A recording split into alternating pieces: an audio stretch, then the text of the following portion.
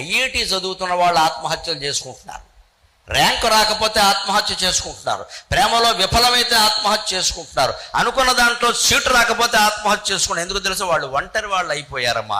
వాళ్ళకి ఎవరికి మేనత్తలు తెలియదు, మేనమామలు తెలియదు, ఎవరు తెలియదు, ఏ బంధువులు ఎవరు తెలియదు. ఎవరు తెలుసునంటే మమ్మీ అండ్ డాడీ అంతే. ఇంకెక్కడ ఈ అండాడీ కూడా ఎంతకాలమో తెలియదు. వాడు కొన్నాళ్ళకి అండాడీ అయిపోతాడు, విడాకులు అయిపోతాయి. అండ్ డాడీ కాదు, అన్ డాడీ, యుఎన్ అన్.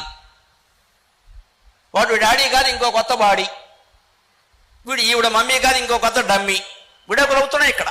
ఇప్పుడు పిల్లలు ఏమైపోతారంటే ఆత్మహత్యలు చేసుకోకపోతే ఆందోళన. నాన్న వాళ్ళు ఎవరూ లేరే. అదే ఇదివరకు కుటుంబాలలోనే ప్రధానంగా చూడండి, తండ్రి తాతలు ఉన్న రోజులు ఒక్కొక్కరికి 5-6 సంతానం, మగపిల్లలు ఆడపిల్లలు కూడా.